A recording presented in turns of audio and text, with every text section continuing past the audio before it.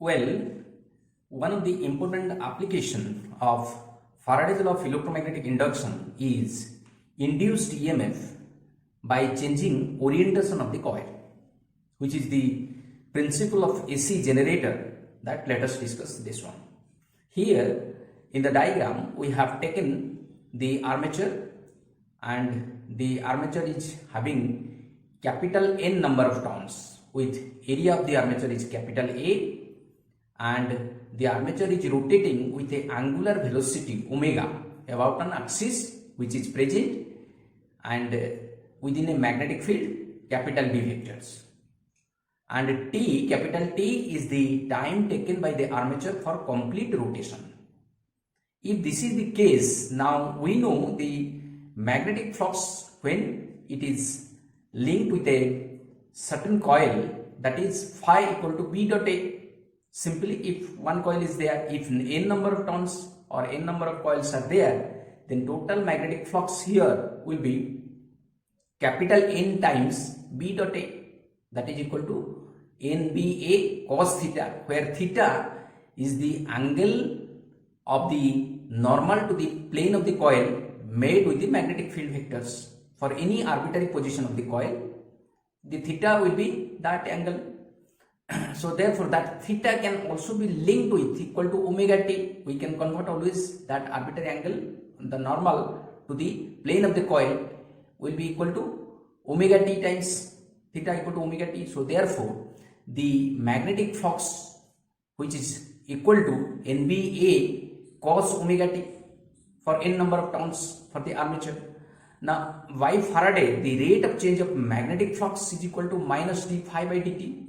So therefore simply we have to write the induced EMF E equal to minus d phi by dt, and in place of phi we will have to substitute NBA cos omega t, and differentiating this cos omega t we get omega sin omega t. So therefore the induced EMF simply it will be equal to capital N, capital B, capital A omega times sin omega t, and if we accommodate capital N, capital B, capital A omega as small e0, which is the peak EMF of the armature coils. So therefore we can write the induced EMF expression, which is equal to small e equal to small e0 sin omega t, and here e0, small e0, is the peak value of the induced EMF, and this induced EMF therefore depends upon the number of turns present, the magnitude of the magnetic field within which the armature is rotating, and how big or the area of the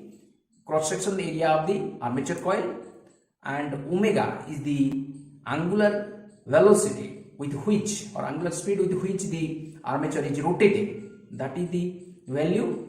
So therefore E0 depends upon all these values NB, A and omega. And if you see to the expression E equal to E0 sin omega t, then the induced EMF is alternating in natures. It is changing, maximum and minimum, it is oscillating between minus NB A omega and NB A omega. If you see to the table, the direction of induced EMF changes every half rotations. The coil, when it is changing, for one complete rotation the coil takes capital T, and half of the time period, that is T by 2, in that case the value of the induced EMF is changing. If the armature coil connected to an outer circuit, then the induced current will reverse its direction at T by 2. This is what we have seen when the armature is rotating in a uniform magnetic field. And this entire circuit, when connected to a household supply, generally the frequency we have here is 50 cycles per second, or somewhere 60 cycles per hour also, and the entire picture we can show in a tabular forms how the induced EMF by changing orientations. If you see to the table, wherever the magnetic flux is maximum, the induced EMF is minimum, and vice versa. And if you see that the angle continuously changing from 0 to 90 degree, 180 degree to 70 degree and 360 degree, like that, every point the normal is changing its directions. The normal to the plane of the armature coil, it is changing.